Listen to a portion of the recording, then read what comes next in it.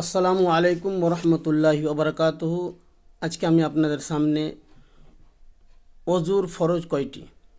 নামাজের পূর্বে শর্ত হলো অজু পরিপূর্ণ হওয়া, কামিল অজু হওয়া। অজু যদি পরিপূর্ণ শুদ্ধভাবে কামিল অজু না হয় নামাজ হবে না।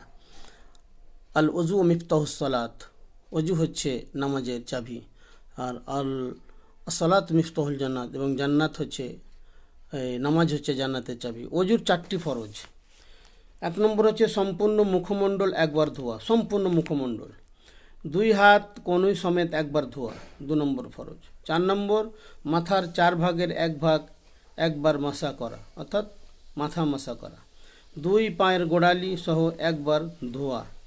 কোরআন শরীফে পবিত্র কোরআনে কেবল মাথা মাসা করার নির্দেশ এসেছে, কতটা এটা বলা নাই।